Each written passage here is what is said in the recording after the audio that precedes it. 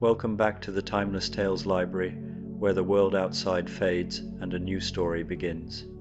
I'm Oliver, your host, and tonight I'll be sharing a soothing tale to ease your mind and guide you gently towards sleep. The Timeless Tales Library is made possible by listeners like you. If you've found comfort here, please subscribe and help us continue creating these peaceful stories.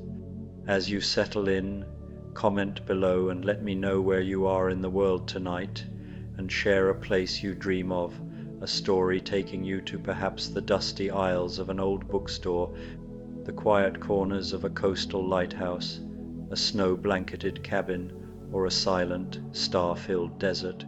Your ideas keep our little library glowing bright. Tonight's story is about a whimsical journey aboard a special train where familiar faces embark on a gentle, dreamlike adventure through soft landscapes and quiet discoveries, all designed to lull you into a peaceful slumber. Now, close your eyes and breathe deeply. You are entering a special section of the Timeless Tales Library, where the books are not made of paper, but of soft, glowing clouds. This is a place for stories of gentle journeys and floating dreams. Each tale is woven from starlight and moonlight, full of tranquil characters and calming landscapes. Feel your body settle into the cloud-like comfort of your bed, your own personal nook in this gentle expanse. Release any tension in your legs, arms and neck. Let the soft, feathery texture of your blankets and mattress wrap around you. The cloud weavers of the library are here to guide you to a restful sleep. The words of the story are carried on a gentle breeze, a whisper that soothes your mind and body. Let yourself drift with them. Three Musketeers, the Sleep Train. The gentle rocking began long before the train whistle ever sighed its first lullaby. It was a subtle, almost imperceptible sway, like a boat on a calm, deep sea, a premonition of the journey to come.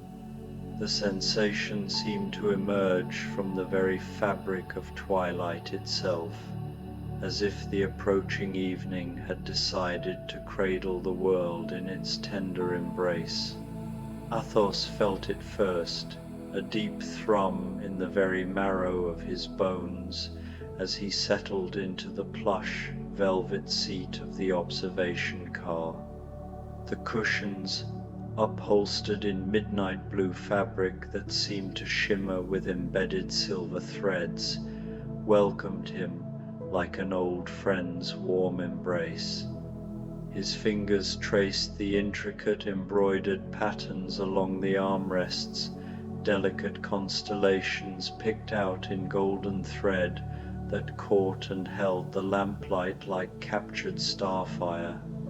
The twilight outside was a deepening lavender, bleeding into a dusty rose at the horizon, where the last sliver of the sun, a shy marigold, was just dipping below a distant feathery line of trees.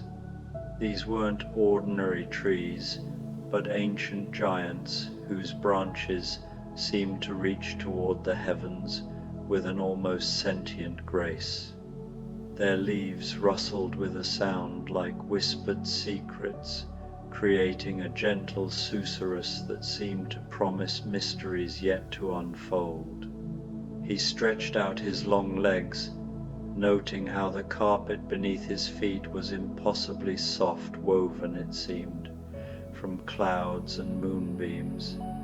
A sigh escaped him that was less a complaint and more an acknowledgement of profound contentment. The world for this evening had decided to slow its anxious spin, and he, for one, was utterly grateful. The usual weight of responsibility that rode his shoulders like an invisible cloak seemed to lift and dissolve into the gathering dusk. Porthos, already divested of his heavy travelling cloak, a magnificent garment of forest green wool, lined with silk, the color of autumn leaves, sat with a contented smile playing on his generous lips.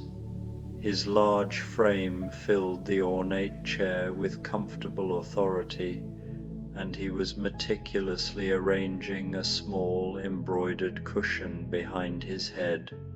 The cushion bore the image of a sleeping dove nestled among silver branches, its tiny pearls and seed beads catching the amber light with each gentle movement. He hummed a tuneless, airy melody, something that sounded like wind chimes played by a sleepy bumblebee mixed with the distant laughter of children at play.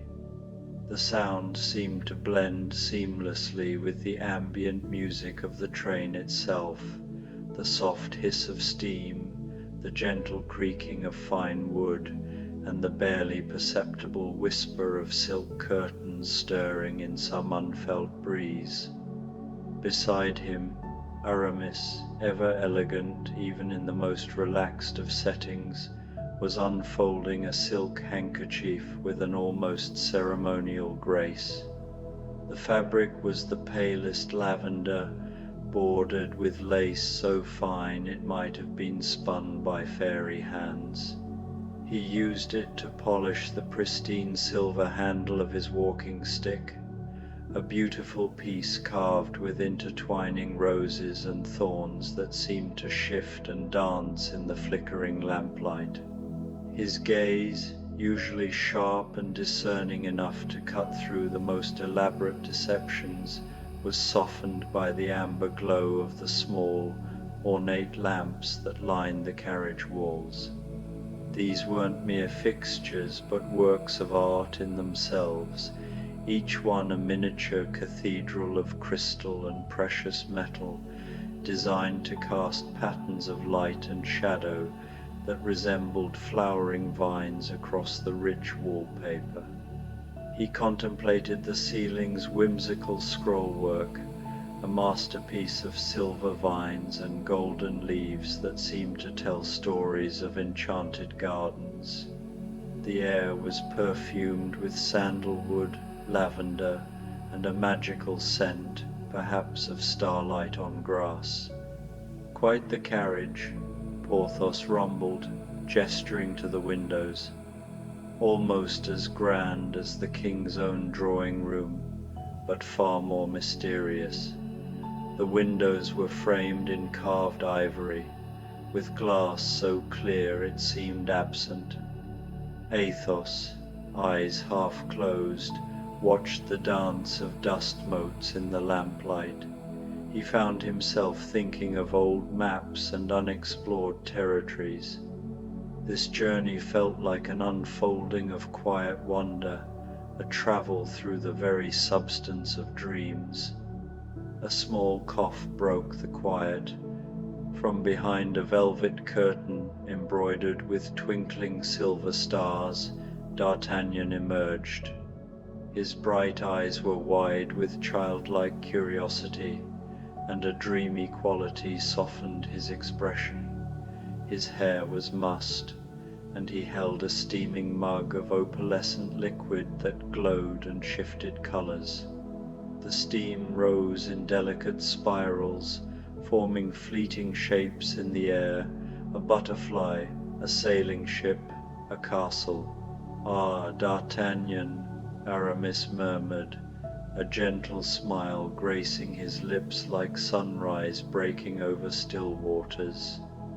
His voice carried the warm, honeyed tones of someone completely at peace with the world. "Awake at last, did you enjoy your brief sojourn in the land of Nod?"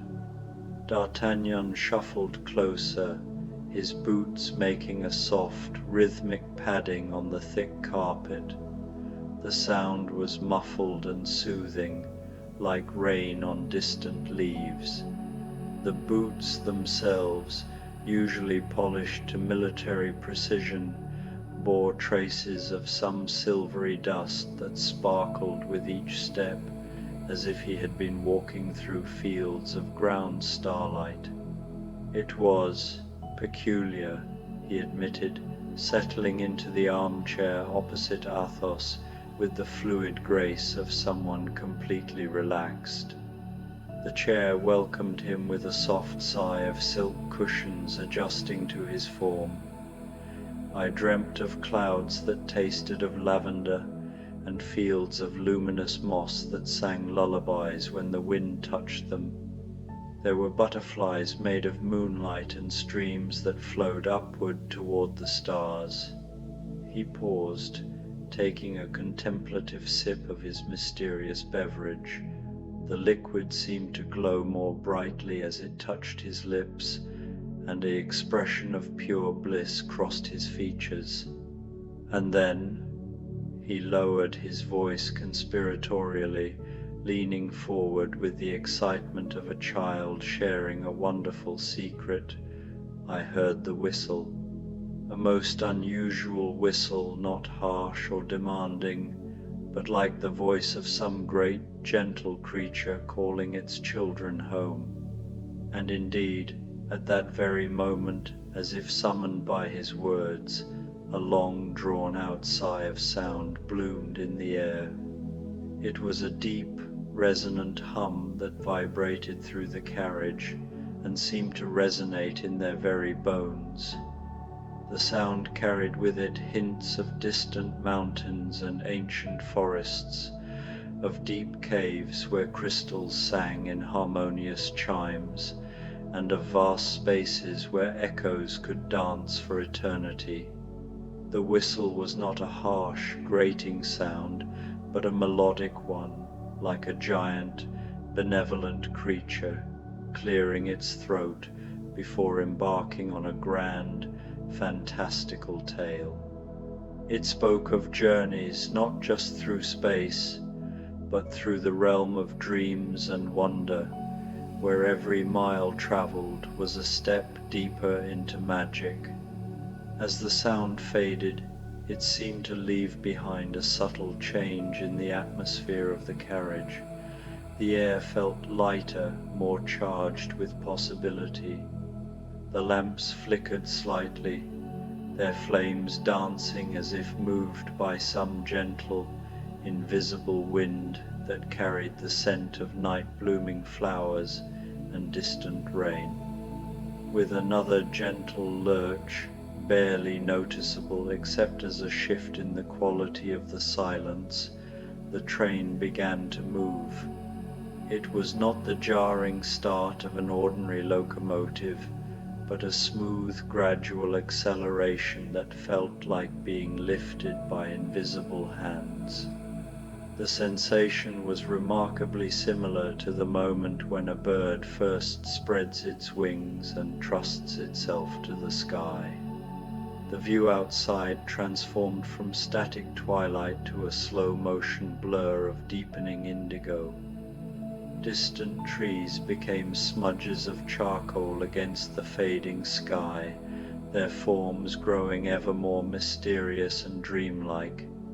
Here and there, lights twinkled in the gathering darkness, not the harsh glare of human habitation, but soft, warm glows that suggested fairy dwellings or the lanterns of benevolent spirits marking safe passage for nighttime travelers. The interior lamps seemed to glow a little brighter in response to the growing darkness outside, casting longer, softer shadows that danced and played across the rich surfaces of their magical carriage. The shadows themselves seemed alive, forming fleeting shapes and patterns that delighted the eye, now a prancing horse, now a sailing ship, now a pair of dancers locked in eternal, graceful motion. "The sleep train," Athos murmured, finally opening his eyes fully to take in the transformed world around them. His voice carried a note of wonder that was rare for someone usually so controlled and reserved. "It truly lives up to its name and reputation." The very air seemed to shimmer with an almost visible drowsiness, a gentle lethargy that crept through their limbs like warm honey. It wasn't the heavy, oppressive sleepiness that comes with exhaustion, but the sweet, welcoming drowsiness that promises restoration and peace.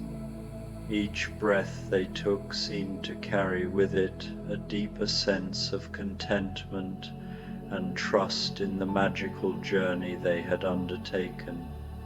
Porthos chuckled, the sound rumbling through his broad chest like distant friendly thunder. Indeed, I suspect by the time we reach our destination, we'll all be quite ready for a long, delicious sleep, the kind of sleep that children enjoy, deep and restorative, and filled with dreams of flying. He stretched luxuriously like a great, contented cat before a fire. Though where we are going, he continued with a philosophical air, I haven't the faintest idea, and I find that I don't particularly care. The journey itself has become the destination, hasn't it? Nor I, Aramis added, adjusting his silk cravat with a graceful flick of his wrist. The fabric whispered softly against his throat, and the small silver pin that held it in place, shaped like a sleeping crescent moon, caught the lamplight and threw tiny rainbows across the ceiling. The invitation was rather enigmatic, he continued thoughtfully. A journey to the Whispering Peaks to witness the dawn of dreams. Very poetic, if a touch vague. But then, the most meaningful journeys often are the ones where we don't quite know what awaits us at the end. He paused, his refined features taking on an expression of gentle contemplation. I find myself thinking that perhaps the mystery is intentional, that part of the magic lies in not knowing, in simply trusting in the wonder of the journey itself. D'Artagnan took a slow, appreciative sip of his warm drink, savoring not just the taste which seemed to shift and change with each mouthful, now honey and cinnamon, now vanilla and starlight, now something entirely unprecedented that his earth-bound tongue had no name for, but the entire sensory experience of the moment. It certainly feels dreamlike already, he observed, his voice soft with wonder. Everything is so soft, so gentle. Even the air feels like spun moonlight mixed with the whispered prayers of sleeping children. I feel as though I could reach out and touch the very fabric of dreams. The drink in his hands seemed to pulse gently with warmth, as if it contained not just liquid refreshment, but concentrated comfort and peace. Steam continued to rise from its surface in those fascinating spirals, and he found himself hypnotized by the ever-changing patterns they formed in the amber-lit air. As if to confirm his observation about the dreamlike quality of their surroundings, a delicate pearlescent mist began to drift past the windows.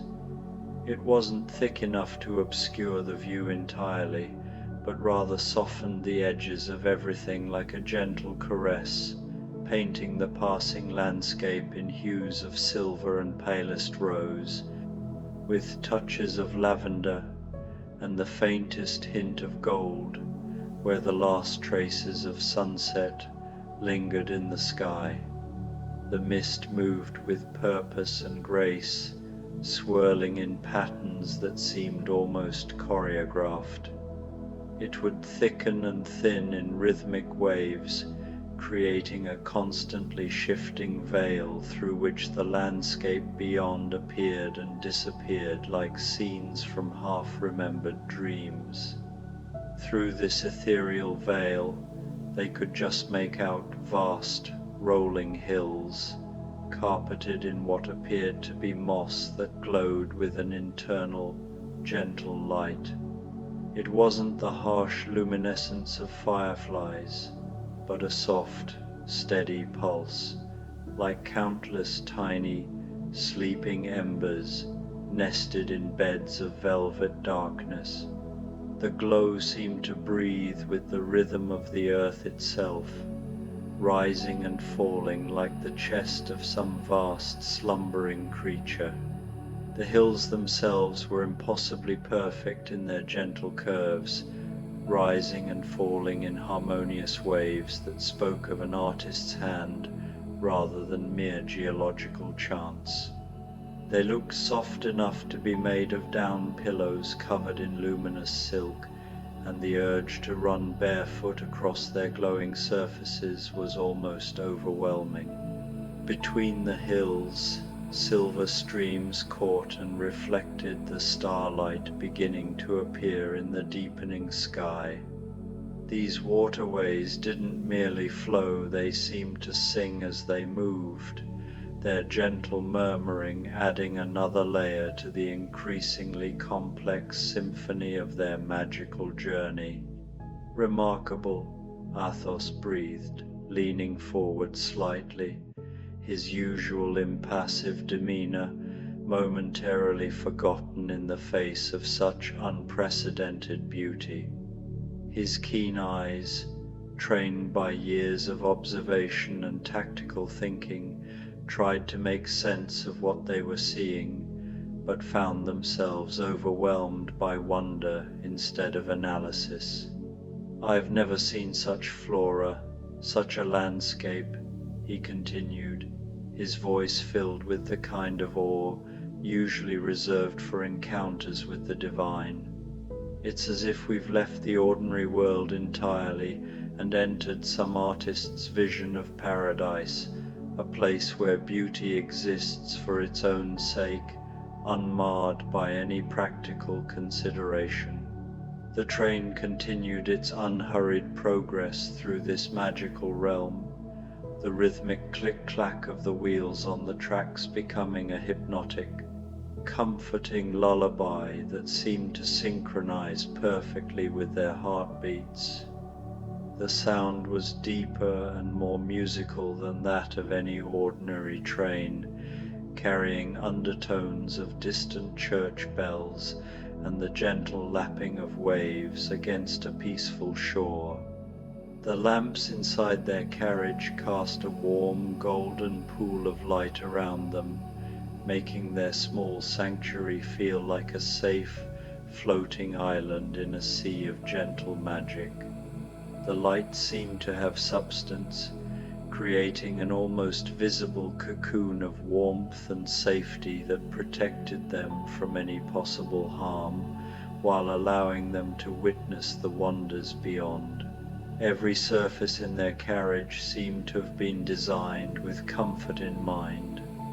The walls were panelled in some warm, honey-coloured wood that gleamed with a soft patina, and covered with wallpaper that depicted sleeping creatures of all kinds, deer curled in moonlit glades, owls dozing on silver branches, rabbits nestled in beds of luminous flowers.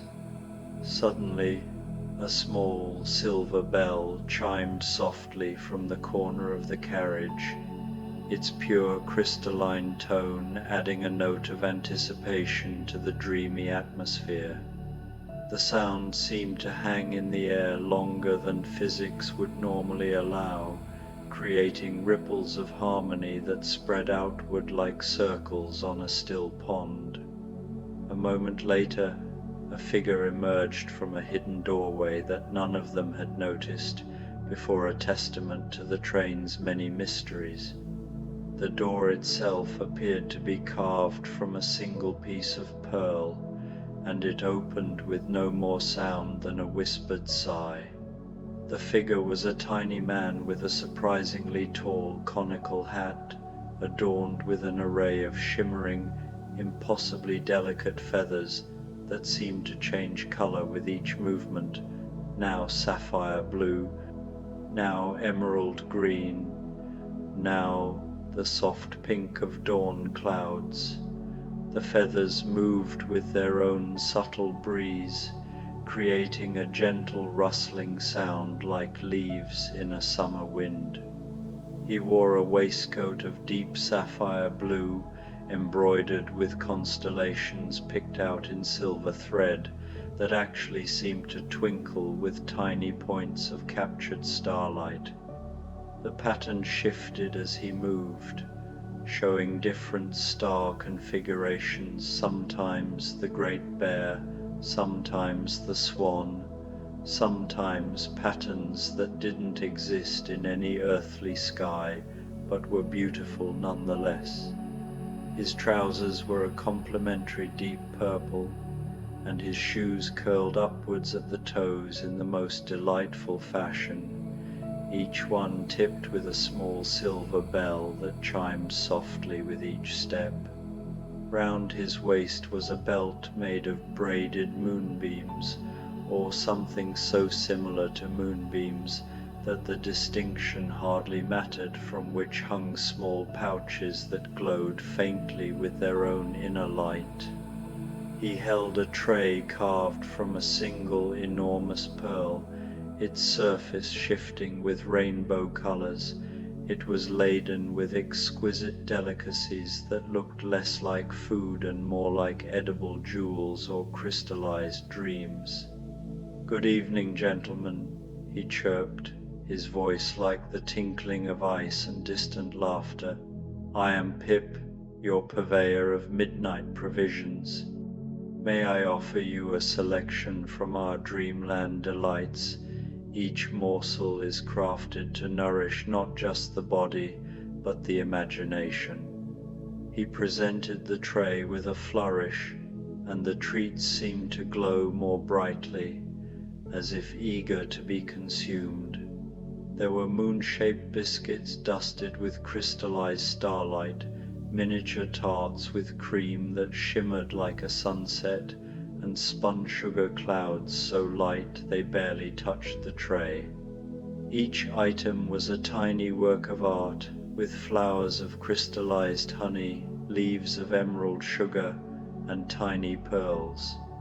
Porthos, never one to pass up a culinary adventure, reached for a moon biscuit. As his fingers touched it, the biscuit pulsed with silver light, and a fragrance of night-blooming jasmine and vanilla filled the air.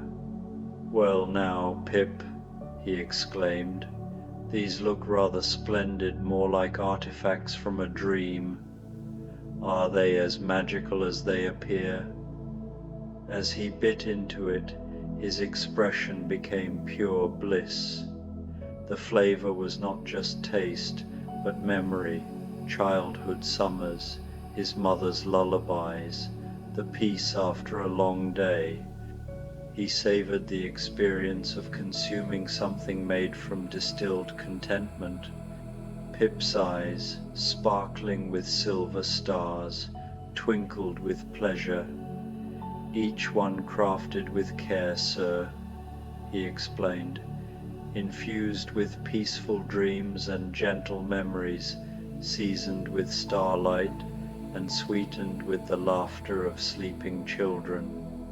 Aramis, ever discerning and appreciative of fine craftsmanship, picked up one of the cloud confections with the delicate precision of someone handling a precious work of art.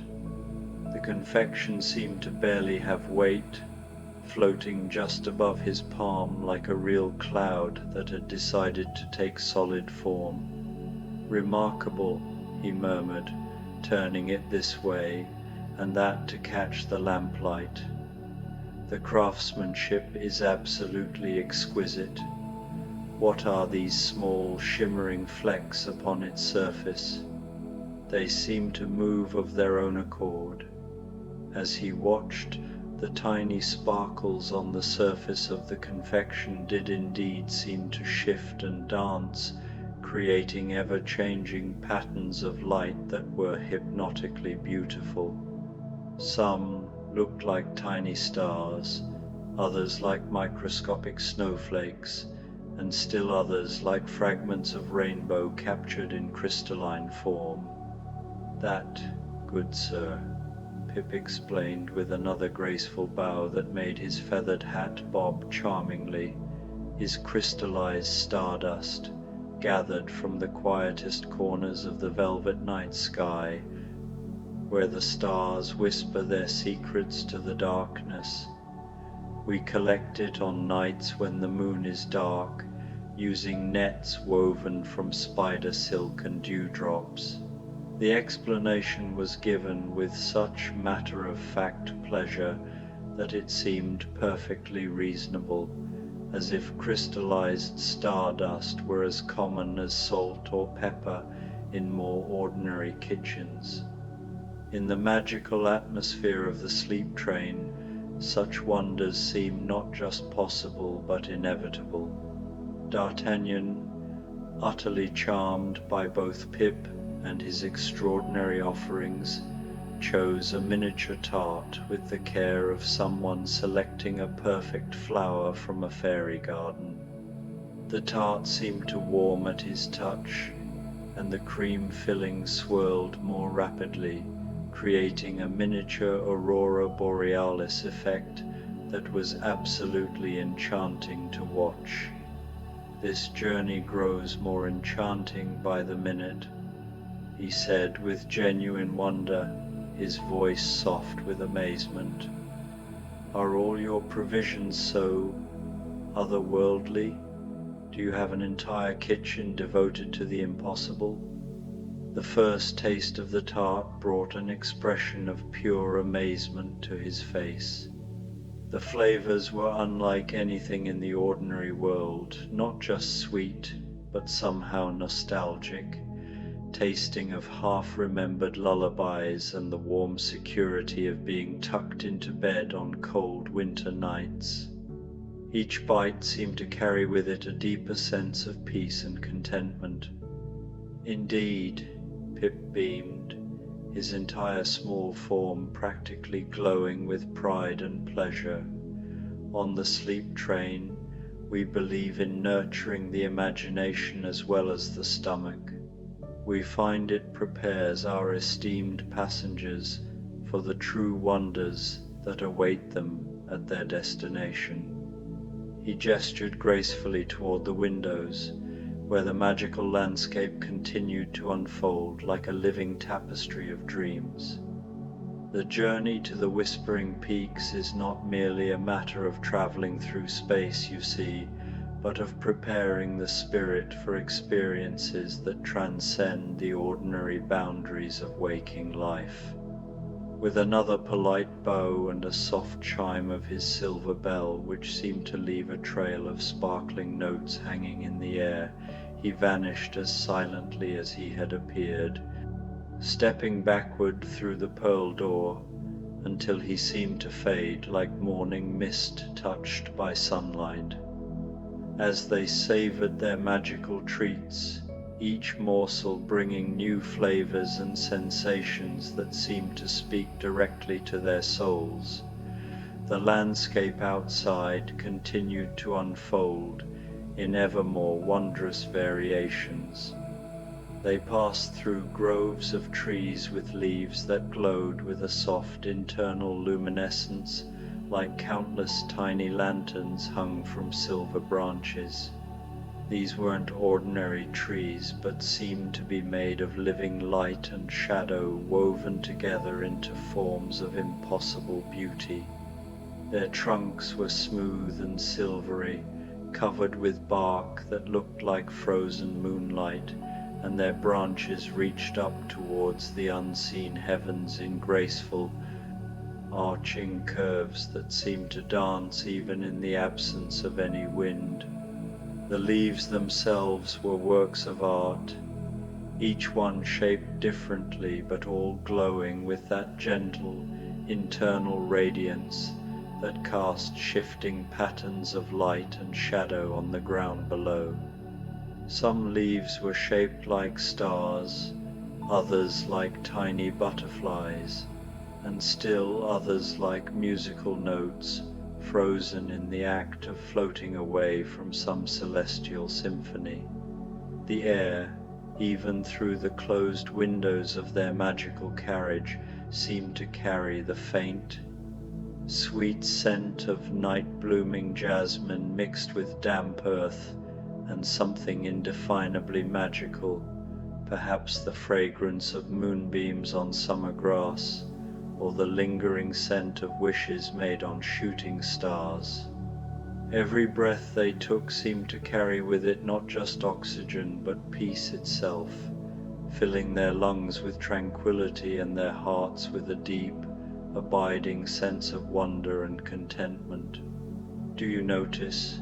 Athos observed, his voice a low, thoughtful murmur that seemed to blend perfectly with the gentle rhythm of the train, the complete absence of any sound beyond the train itself. No wind rustling the luminous leaves, no rustling of small creatures, no night birds calling to their mates. It was true the world outside their moving sanctuary was wrapped in a profound, peaceful silence that seemed almost sacred in its completeness. It was not the oppressive quiet of emptiness, but the gentle hush of a world holding its breath in anticipation of wonders yet to come. "It's true," D'Artagnan agreed, feeling a profound sense of peace settle over him like a soft, warm blanket woven from contentment itself. "It's as if the world outside is holding its breath, waiting for us to pass, showing us courtesy and respect for our magical journey." The silence was indeed remarkable, not empty or hollow, but full of potential, like the moment between the conductor's raised baton and the first note of a symphony, or the pause between lightning and thunder when the world waits in sweet anticipation. The train then entered a long, winding tunnel, and what a tunnel it was! As they plunged into its depths, leaving the starlit landscape behind, the walls began to glow with a soft, bioluminescent light that seemed to pulse in rhythm with their heartbeats. It wasn't a harsh, artificial glow, but a gentle, shifting iridescence that seemed to breathe with life itself. The tunnel walls appeared to be made of some translucent material, perhaps crystal, perhaps something entirely unknown to the ordinary world, that captured and reflected light in the most extraordinary ways. The surfaces were like the inside of a giant abalone shell, or the heart of an opal the size of a cathedral, shifting through every color imaginable and several that had no names in any human language. Swirls of blues deeper than ocean depths danced across the surfaces, flowing into greens more vivid than any earthly forest. Purples that would make emperors weep with envy blended seamlessly into golds brighter than summer sunlight, creating mesmerizing patterns that rippled and flowed like liquid light frozen into solid form. The patterns seemed to tell stories as they moved tales of ancient kingdoms beneath the sea, of forests where unicorns once danced in moonlit clearings, of mountains that sang lullabies to sleeping dragons. Each swirl and curve and spiral spoke of magic and wonder, of dreams given form and substance. Porthos gasped, his eyes wide with wonder, and his large hands pressed against the window like a child seeing snow for the first time. "By Jove!" he exclaimed, his voice filled with awe that was pure and unashamed. "It's like traveling through the heart of a rainbow, or perhaps through the dreams of the earth itself. The light from the walls created an ever-changing kaleidoscope effect inside their carriage, painting their faces with shifting hues that made them appear alternately mysterious and angelic. The light seemed to have texture as well as color, creating the sensation of being gently caressed by visible music or painted with liquid starlight. Aramis, usually so composed and in control of his reactions, leaned closer to the window with the wonderment of someone witnessing a miracle. A genuine smile of pure joy played on his lips, transforming his typically reserved features into something radiant and boyish. "It truly is quite breathtaking," he said, his cultured voice soft with reverence. "One might almost believe we are traveling not through a tunnel carved by human hands, but through a dream itself, through the very substance from which all beautiful dreams are woven." The tunnel seemed to go on forever, and yet the journey through it passed in what felt like both an instant and an eternity. Time itself seemed to have become fluid here, stretching and contracting according to the rhythm of wonder rather than the ticking of ordinary clocks.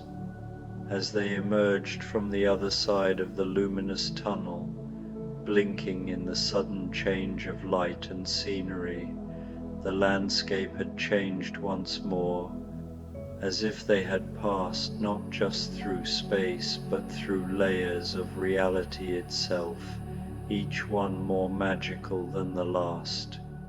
They were now traversing a vast flat plain that stretched to the horizon in every direction, creating a sense of infinite space and possibility. The ground was covered in a carpet of what looked like delicate, shimmering threads of silver and gold, woven together in patterns so complex and beautiful they seemed to shift and change with each movement of the train. This wasn't ordinary grass or vegetation, but something far more magical, perhaps the very fabric from which dreams are cut, or the raw material of fairy tales before they are shaped into stories. The threads caught and reflected the starlight from above, creating a carpet that seemed to be woven from captured moonbeams and crystallized starlight. In the distance, rising majestically against the now star-dusted sky like the ancient temples of some benevolent gods, were the whispering peaks themselves. They weren't the jagged, forbidding mountains one might expect, but rather soft and rounded, like sleeping giants who had lain down to rest eons ago and had been gently covered by blankets of moss and starlight. Their surfaces were covered in a velvety moss that glowed with the same gentle luminescence as the flora they had seen earlier, but here the light was more concentrated and purposeful, making the peaks appear to be sculpted from pure, serene light. The glow pulsed gently, like the breathing of some vast, peaceful creature, creating waves of illumination that flowed up and down the mountainsides like slow, liquid music. Above them, the sky was a deep, inky blue that seemed to go on forever, studded with stars that appeared impossibly bright and close. Each star twinkled with a distinct, gentle pulse, as if they were the eyes of friendly spirits watching over the travelers below. The constellations seemed more vivid and meaningful here, telling stories of love and adventure, of quests completed and dreams fulfilled. There was no moon visible in this magical sky, yet the landscape was bathed in a soft, ethereal glow that seemed to come from everywhere and nowhere.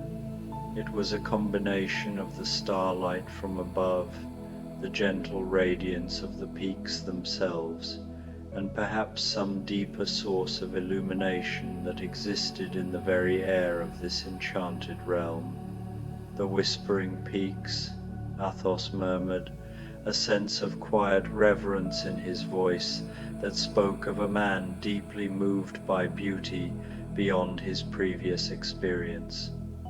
They do not whisper in sound as one might expect, but in light itself, a visual music that speaks directly to the soul. The peaks did indeed seem to communicate through their gentle, pulsing radiance, telling stories of peace and rest, of dreams fulfilled and souls at peace. Each wave of light that flowed across their surfaces carried with it a message of welcome and comfort, inviting the travelers to lay down their burdens and find rest. D'Artagnan, feeling a wave of deep calm wash over him like warm water, found himself simply staring at the magnificent sight, utterly captivated and completely at peace. The usual restless energy that drove him to action seemed to have been replaced by a profound sense of belonging, as if he had always been meant to travel on this particular train, to witness this particular miracle of beauty and serenity. He felt tears of joy prick at the corners of his eyes, not tears of sadness or pain, but the tears that come when the heart is so full of wonder and gratitude that it simply overflows. The sight before him seemed to speak to something deep within his soul, a part of him that had been waiting his entire life for just this moment of perfect beauty and peace. Aramis, ever the keen observer and appreciator of beauty in all its forms, pointed towards one of the larger peaks with the delicate precision of someone indicating a masterpiece in a gallery. "Look there, gentlemen," he said softly, his voice filled with the reverence of a man witnessing the divine. "Do you see the subtle shifts in color and intensity? It is not merely a static glow, but a living, breathing tapestry of light, a symphony written in luminescence rather than sound." As they watched in silence, the living light of the peaks began to change. A gentle golden hue, like a summer sunrise, bled into the emerald glow. The pulsing light grew brighter, and they heard a sound as profound as the turning of the earth, a whisper not for the ears, but for the soul. It was the whispering of the peaks, a melody woven from peace and contentment. Porthos felt it as a deep sense of warmth, a culmination of every happy memory. He smiled, closing his eyes in blissful resonance. The whisper was a lullaby for his spirit. Aramis experienced a symphony of harmony, a divine chorus of beauty and grace. A tear of pure joy rolled down his cheek as he found a profound sense of peace. He had finally found his one true religion, wonder. To D'Artagnan, the whisper was a feeling of coming home. His youthful restlessness settled into stillness. The peaks spoke of a new heroism, the courage to embrace peace. He felt a sense of belonging so complete, as if he were part of the luminous landscape. Athos, ever the observer, felt a quiet gratitude. The whisper confirmed his belief that a deeper magic lay beneath the ordinary world. He looked at his companions, Porthos serene, Aramis radiant, D'Artagnan at peace, and knew their journey had been meant for them all along. The greatest journey was of the spirit, and they had arrived. As the golden dawn of dreams enveloped them, the train came to a graceful halt. They looked up through the glass ceiling and saw not the sky, but the face of a sleeping giant. The whispering peaks were one colossal entity, resting peacefully. In the profound silence, they sat lost in wonder, realizing they had traveled into the very heart of a dream.